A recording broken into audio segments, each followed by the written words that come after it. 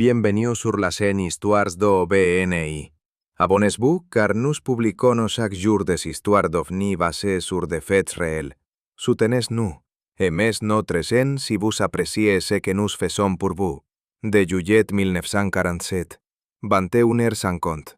Foster Ranch, à 120 km au nord-ouest de Roswell, au Nouveau-Mexique. William McBrazel entend un grondement qu'il décrira plus tard dans une interview au Roswell Daily Record comme une explosion différente du tonnerre. Des éclairs sèbrent le désert, mais ce bruit était différent. Le lendemain matin, il découvre des débris éparpillés sur 1 kilomètre et demi. Des bâtons de métal, du papier aluminium, un matériau caoutchouté et ce qui ressemble à du parchemin. J'ai déjà vu des ballons météorologiques tomber, dira-t-il au shérif George Wilcox le 7 juillet, mais là, c'était différent de tout ce que j'avais vu auparavant.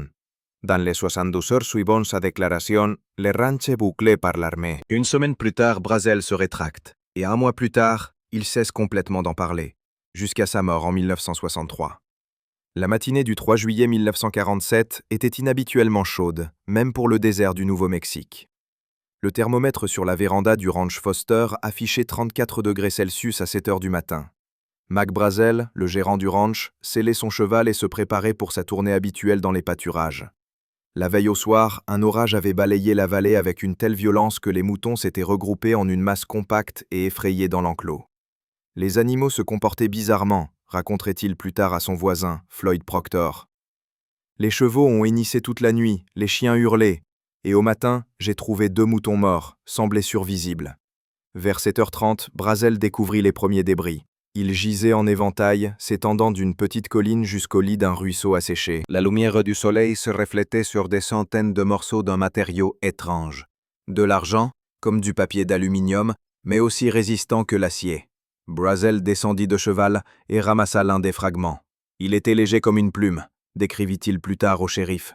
Mais malgré tous mes efforts, je ne parvenais ni à le plier, ni à le déchirer.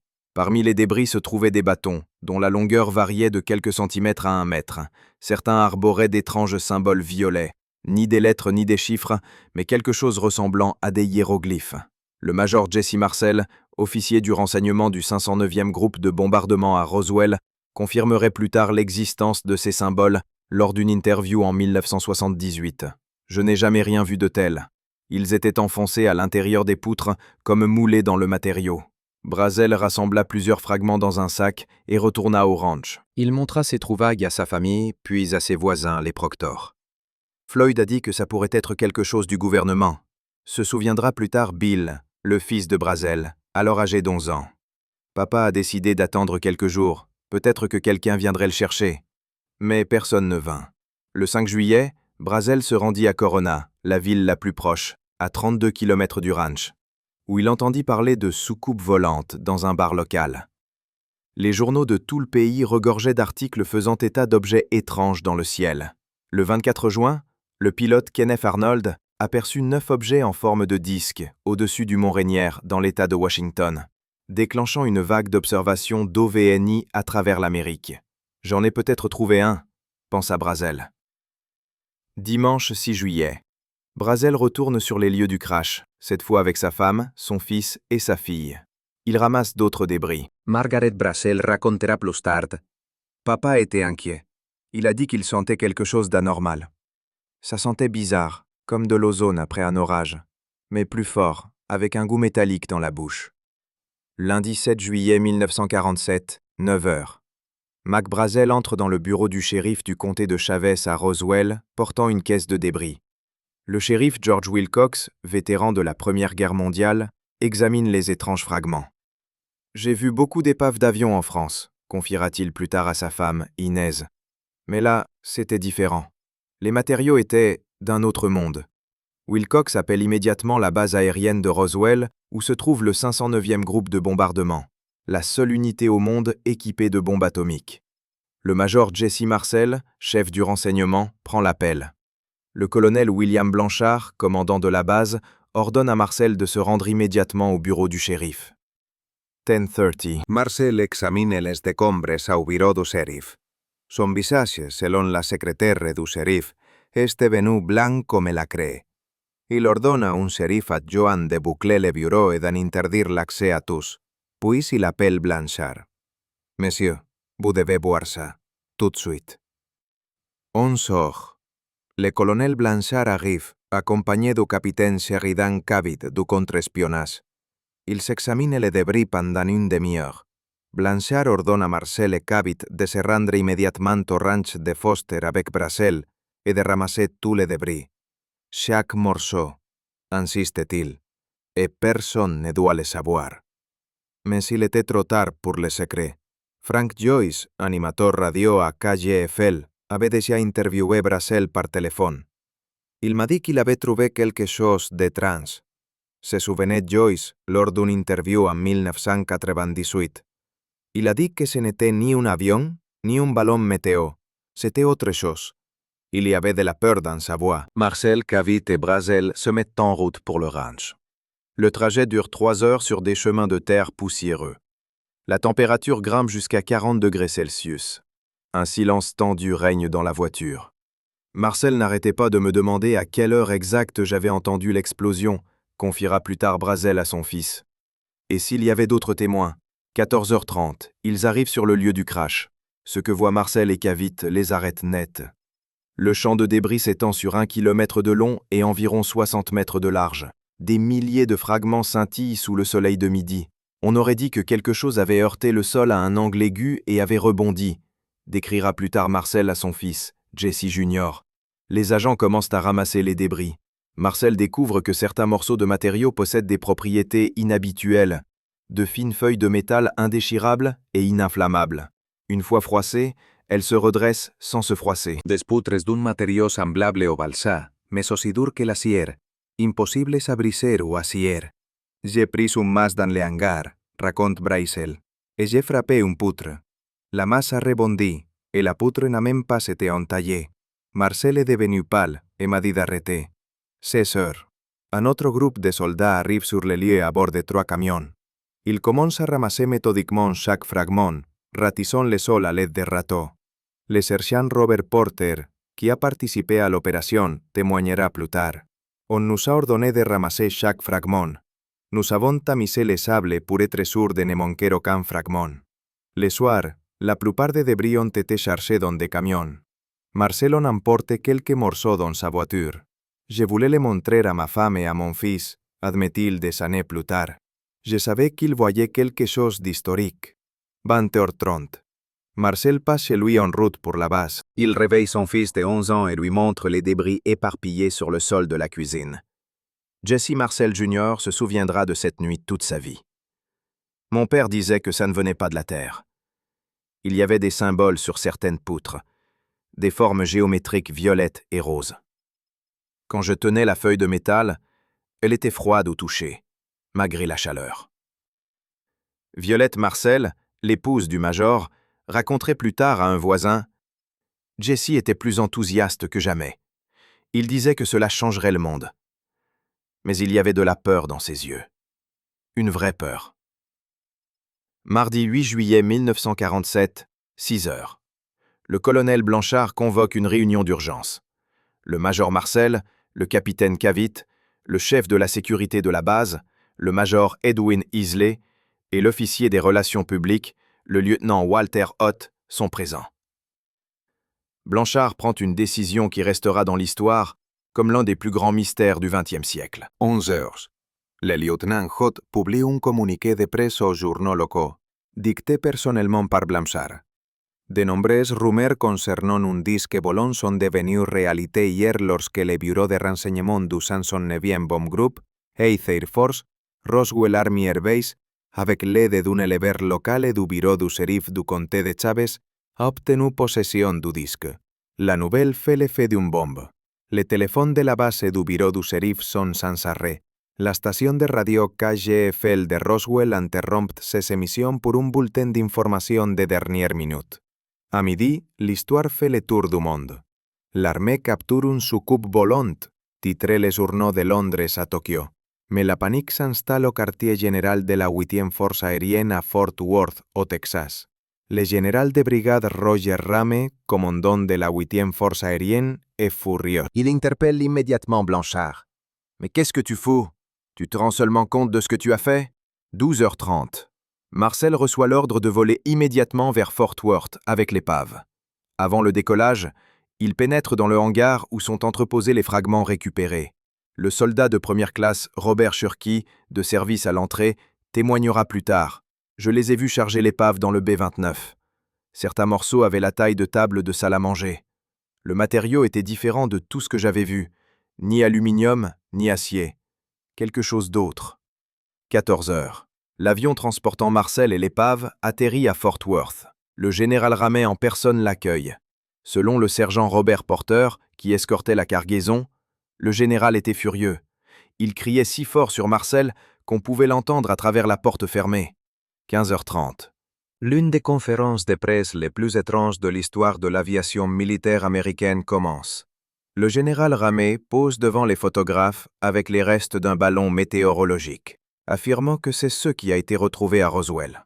Marcel se tient à proximité, tenant les restes d'un simple ballon météorologique. Des photos prises par James Bond Johnson et publiées dans le Fort Worth Star Telegram montrent l'expression de Marcel, un mélange de confusion et de découragement. Ce n'est pas le matériel que j'ai rapporté, raconterait Marcel au chercheur Stanton Friedman 30 ans plus tard. Ils ont échangé les débris. Ils ont emporté les vrais morceaux et m'ont fait poser avec un ballon météo. Pendant ce temps, une opération de nettoyage des données débute à Roswell. L'armée rend visite à tous ceux qui ont vu ou entendu parler de l'épave. Mac Brazel est détenu à la base.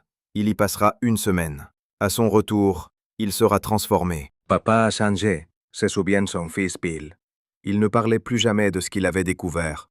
Quand on lui posait la question, il s'en allait. Et un jour, il m'a dit « Mon fils, parfois il vaut mieux oublier ce qu'on a vu. » Glenn Dennis, employé des pompes funèbres Ballard à Roswell, reçut un appel étrange de la base. Ils nous demandèrent si nous avions les cercueils hermétiques de taille enfant, raconta-t-il lors d'une interview en 1990.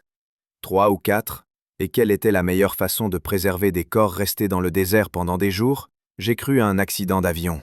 Ce soir-là, Dennis se rendit à la base pour une autre mission, transporter un soldat blessé. À l'hôpital, il rencontra une infirmière de sa connaissance, le lieutenant Naomi Marie Self. Elle était hystérique, se souvient Dennis. Elle a dit avoir vu quelque chose d'horrible. De petits corps, pas humains, avec de grandes têtes et de grands yeux. L'odeur était insupportable, comme du poisson pourri avec du formaldéhyde. Le lendemain, l'infirmière appela Denis et organisa un rendez-vous dans un café à l'extérieur de la base. Elle dessina les créatures qu'elle avait vues sur une serviette en papier. Environ 1,20 m, peau grise, d'énormes yeux noirs sans pupilles, 4 doigts fins sans pouce. Elle tremblait en dessinant. Quelques jours plus tard, le lieutenant Self fut transféré en Angleterre. Denis ne la revit plus jamais. Les archives militaires ne mentionnent aucune infirmière portant ce nom ayant servi à Roswell en 1947. 9 juillet 1947. Roswell se réveille célèbre, mais l'armée a déjà pris le contrôle. Une nouvelle théorie, un ballon météorologique, se répand dans tous les médias. Le Roswell Daily Record publie une interview de Mac Brazel dans laquelle il affirme avoir trouvé un ballon météo ordinaire. Mais les habitants constatent des incohérences. Ce n'était pas Mac, dit Frank Joyce. Physiquement, c'était lui, mais il parlait comme s'il lisait un scénario. Et il y avait 2 civils là. Il m'a dit « Oublie ce que j'ai dit. C'était juste un ballon météo. » Puis il a ajouté doucement « Tu comprends, Frank? Tu comprends? Il y avait de la peur dans ses yeux. » Walt Whitmore Sr., propriétaire de la station de radio KCFL, avait enregistré une interview approfondie de Brazel avant la prise de contrôle militaire. Mais l'enregistrement n'a jamais été diffusé. Des gens de Washington sont venus nous voir, a raconté plus tard son fils, Walt Jr. Ils ont dit à mon père que s'il diffusait l'interview, il perdrait sa licence de radiodiffusion le lendemain. Mon père a détruit l'enregistrement sous leurs yeux. Pendant ce temps, une opération militaire se poursuit au ranch de Foster. Des témoins rapportent avoir vu des camions militaires faire des allers-retours au ranch pendant plusieurs jours. La zone est bouclée et il est interdit aux riverains d'y accéder. Bud Payne, le voisin de Brazel, tente de se rendre en voiture sur le lieu du crash le 10 juillet. J'ai été arrêté par des soldats armés à 5 km de là. Le sergent a dit qu'il s'agissait d'un exercice militaire et que la zone était fermée. mais je les ai vus charger quelque chose dans des camions fermés. Il y avait une odeur étrange dans l'air, comme un fil électrique brûlé, en plus forte. Le sergent Earl Fulton, qui servait à Roswell, raconta plus tard à sa femme « On nous a envoyés au ranch pour ratisser la zone. On nous avait ordonné de ramasser tout ce qui n'avait pas l'air naturel. Nous avons travaillé à genoux pendant des heures, ramassant les plus petits fragments. Un homme a trouvé un morceau de tissu de la taille d'une paume caché sous un rocher. L'officier l'a pris et lui a dit de l'oublier. Le lendemain, le soldat a été transféré en Alaska. Point. 11 juillet. L'armée déclare l'exploitation du ranch terminée. Mais les événements étranges continuent. Le pilote Oliver Papi Henderson, qui servait dans la première escadre de transport aérien, a confié à sa femme avant sa mort en 1986 « J'ai piloté un C-54 de Roswell à Wright Field, dans l'Ohio, en juillet 1947. Il y avait des caisses dans la soute, scellées et gardées, mais j'ai vu, ça faux, j'ai vu des petits corps, pas humains. Je jure devant Dieu, ils n'étaient pas humains. » Le sergent Robert Smith, qui servait au sein du premier escadron de transport aérien, confirme « Nous chargions des caisses dans des avions de transport. Certaines étaient lourdes, d'autres étonnamment légères pour leur taille. Elles portaient la mention « top secrète » et comportaient des codes. On nous a ordonné d'oublier ce que nous faisions. Le capitaine Oliver Henderson a raconté à sa femme avant de mourir « J'ai vu des débris. Et j'ai vu des corps extraterrestres. Des petits, avec de grosses têtes. Il y en avait 3 ou 4. L'odeur, mon Dieu. Cette odeur m'a hanté pendant des années. » Le 12 juillet, l'intimidation systématique des témoins a commencé. Frankie Rowe, fille du pompier Dan Dwyer, raconte. Mon père est rentré à la maison blanc comme un linge. Il a dit que les pompiers avaient été appelés pour un accident d'avion à 50 km de la ville. Mais ce n'était pas un avion. C'était un objet rond, de la taille d'une maison. Et il y avait des corps. Le lendemain, les militaires sont venus chez nous. Ils ont dit à mon père que s'il racontait ce qu'il avait vu, toute notre famille disparaîtrait dans le désert. Le shérif Wilcox a également reçu la visite. Sa femme, Inez, a raconté plus tard. George est rentré et m'a dit « Inez, j'ai vu quelque chose que je n'aurais pas dû voir. Et maintenant, je dois me taire. Pour toi et les enfants. » Il n'a plus jamais reparlé de ce qui s'était passé. Mais il lui arrivait de se réveiller la nuit en sueur. Barbara Dagger, la petite fille du shérif, se souvient. Peu avant sa mort en 1974, grand-père a dit à maman « Le moment venu, dis la vérité sur Roswell. J'ai gardé un secret militaire, mais il faut que les gens le sachent. C'était réel. Tout était réel. » Le 15 juillet, le colonel Blanchard prit brusquement congé. Ce fut le seul congé qu'il ait jamais obtenu depuis son arrivée à Roswell. Il partit 3 semaines sans prévenir personne de sa destination. Son adjoint, le lieutenant-colonel Payne Jennings, assuma le commandement par intérim. Blanchard est revenu transformé, se souvient son adjudant le capitaine Joseph Briggs. Il n'a plus jamais reparlé de l'incident. Avant cela, c'était un commandant ouvert et extraverti. Après Roswell, il est devenu renfermé et prudent. Pendant ce temps, des débris et peut-être des corps étaient envoyés à Wright Field, plus tard la base aérienne de Wright-Patterson, dans l'Ohio. Le général Arthur Exon, lieutenant-colonel à Wright Field en 1947, déclarait aux chercheurs en 1990 « Ils ont ramené des débris de Roswell. Nous avons analysé les métaux. Il ne s'agissait pas d'alliage terrestre. Les pourcentages des éléments étaient erronés. Et la structure moléculaire était étrangère. » Le général Thomas Dubose, chef d'état-major du général Ramey en 1947, a admis lors d'une interview en 1991 toute l'histoire du ballon météo était une dissimulation. L'ordre venait d'en haut, du général McMullen à Washington. Il a dit « Faites oublier ça à la presse. Inventez ce que vous voulez, mais étouffez-le. » L'épave a été immédiatement envoyée à Washington, par vol spécial. Août 1947. La vie à Roswell reprend son cours normal. Mais des rumeurs circulent sous la surface. L'infirmière Miriam Bush, qui travaillait à l'hôpital de la base, raconte à sa famille qu'elle a vu des corps étranges. En 1989, peu avant une réunion avec des ufologues, elle est retrouvée morte dans une chambre de motel. La cause officielle du décès est un suicide. Le sergent Melvin Brown, qui gardait le hangar de la base en juillet 1947, a dit à sa femme avant sa mort en 1988 « Ce n'étaient pas des humains, Ada. De petites créatures avec de grosses têtes. Une peau grise, comme du daim. Des yeux. Je n'oublierai jamais ses yeux. Noirs, immenses, sans le moindre blanc. Ils te regardaient, même dans la mort. Les années passèrent. Les témoins vieillirent et moururent, emportant avec eux leurs secrets. Mais certains commencèrent à parler. En 1978, le major Jesse Marcel rompit le silence. Dans un entretien avec le chercheur Stanton Friedman, il déclara « Ce n'était pas un ballon météo. Ce n'était pas un avion. C'était quelque chose qui ne venait pas de la Terre. Je tenais dans mes mains l'épave d'un vaisseau spatial venu d'un autre monde. » Cet entretien a ouvert la voie. Des dizaines de témoins ont commencé à raconter leurs histoires.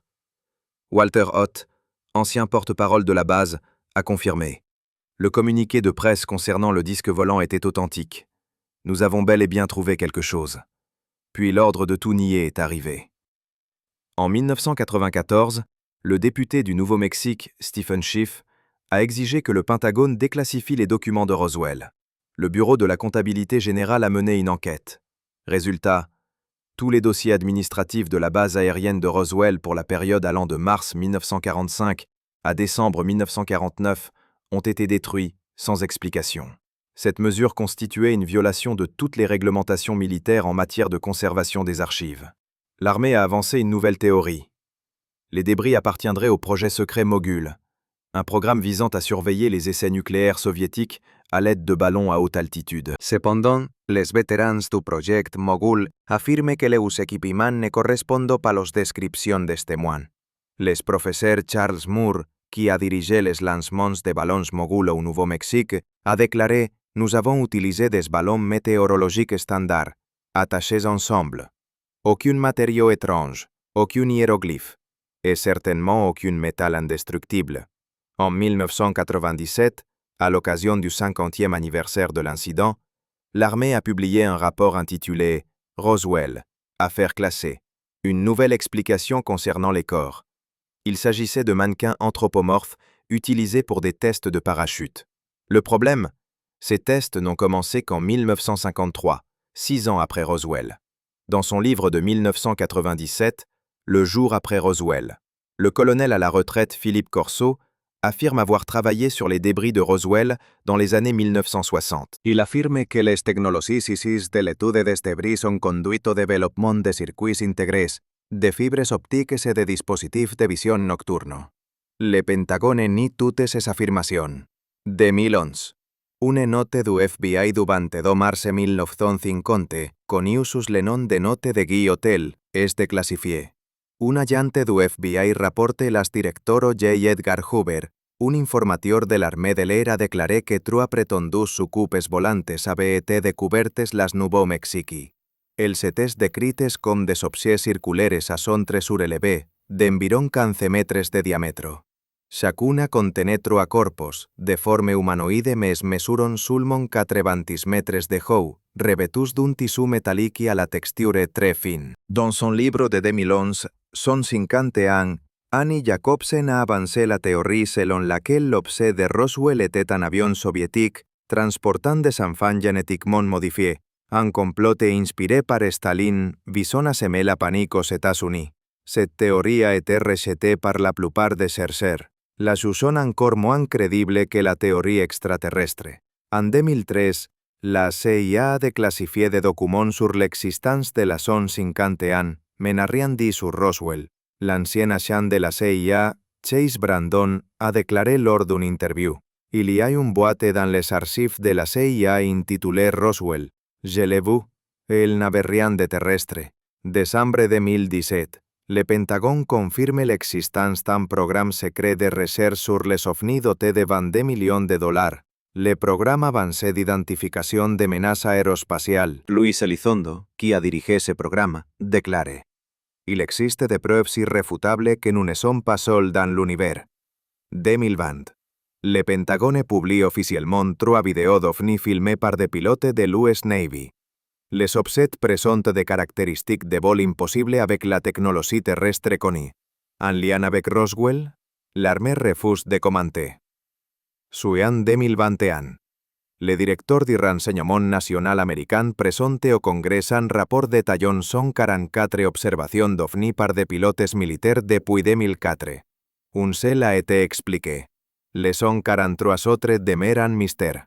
Jesse Marcel Jr., dernier témoin vivant à avoir tenu le pas original, est décédé en août 2013. Jusqu'à sa mort, il affirmait: «J'ai tenu des morceaux d'un autre monde dans mes mains. Les symboles sur les poutres, ils me hantent dans mes rêves. C'était un message, un avertissement, ou une invitation. Nous n'avons jamais su». Dina Brazel Proctor, la fille de Mac Brazel, a déclaré lors d'une récente interview: Mon père a songé après cet été-là. Il regardait souvent le ciel, surtout la nuit. Un jour, je lui ai demandé ce qu'il cherchait. Il m'a répondu: attendre qu'ils reviennent pour ce qu'ils ont perdu. Roswell est devenue la capitale mondiale des ovnis. Le Musée international des ovnis et son centre de recherche attirent 200 000 visiteurs par an. Mais les habitants de longue date se souviennent de cet été 1947. Loretta Proctor, qui avait 7 ans en 1947, je me souviens de l'odeur. Après un orage, l'air sentait le métal et l'ozone. Les animaux ont eu un comportement étrange pendant des semaines. Notre chienne a refusé de s'approcher du lieu du crash, même des mois plus tard. Elle a senti quelque chose. Quelque chose clochait. Le site du crash de Foster Ranch, aujourd'hui Corn Ranch, recèle encore des mystères. En 2002, une expédition archéologique de l'Université du Nouveau-Mexique a découvert des relevés magnétométriques anormaux sur le lieu présumé du crash. Un petit sillon, à peine visible, s'étend sur plusieurs centaines de mètres. Une possible marque d'impact et de ricochet. Le docteur Bill Donahue, qui a mené l'étude, a déclaré: « Nous avons trouvé des fragments microscopiques d'un alliage inconnu dans des échantillons de sol. L'analyse isotopique a révélé des proportions inexistantes dans les matériaux terrestres. Mais les échantillons ont disparu du laboratoire avant que nous puissions publier les résultats. » En 2019, le petit-fils de Jesse Marcel, Jesse III, a remis aux chercheurs le journal de son grand-père, retrouvé après la mort de son père. La dernière entrée datait de juillet 2013, un mois avant la mort de Jesse Jr. La vérité sur Roswell mourra avec moi. Mais j'en ai la preuve. Nous ne sommes pas seuls. Ils nous observent. Ils ont toujours observé. Et un jour, ils reviendront pour nous chercher ce que nous avons caché. Aujourd'hui, en 2025, l'incident de Roswell demeure le mystère le plus controversé de l'histoire des ovnis. Le gouvernement américain a dépensé des millions de dollars en explications, chacune contredisant la précédente. Ballon météorologique, projet Mogul, mannequin anthropomorphe. Mais aucune explication unique ne résume tous les faits documentés par des dizaines de témoins. Les débris ont disparu dans les profondeurs du complexe militaro-industriel. Des indices suggèrent qu'ils pourraient être stockés à la base aérienne de Wright-Patterson dans l'Ohio, dans la zone 51 au Nevada, ou dans un autre lieu tenu secret. Les corps, s'ils ont existé, ont également disparu sans laisser de traces. Les témoins sont morts. Mac Brazel est mort d'une crise cardiaque en 1963, sans jamais rompre son silence. Le major Jesse Marcel est mort en 1986, après avoir dit la vérité. Le colonel Blanchard a été élevé au grade de général et est mort en 1966, emportant avec lui le secret. Des dizaines d'autres témoins sont morts dans des circonstances mystérieuses ou ont disparu. Mais des questions subsistent. Pourquoi tous les dossiers administratifs de la base aérienne de Roswell ont-ils été détruits pendant 4 ans? Pourquoi le gouvernement a-t-il modifié sa version officielle à 4 reprises? Qu'est-ce qui a tellement effrayé les vétérans endurcis qu'ils sont restés silencieux pendant des décennies? Qu'a vu Mac Brazel ce matin de juillet dans le désert du Nouveau-Mexique? Peut-être qu'un jour la vérité éclatera. Peut-être que les réponses se cachent dans des archives secrètes. Ou peut-être, comme l'a dit Jesse Marcel Jr. mourant, certains secrets ne sont pas destinés à l'humanité. Pas encore. Merci de votre écoute. Si vous avez aimé cette histoire, abonnez-vous à notre chaîne pour ne rien manquer des nouveautés. Dites-nous dans les commentaires si vous croyez aux ovnis. Peut-être avez-vous vous-même vu quelque chose d'inexplicable.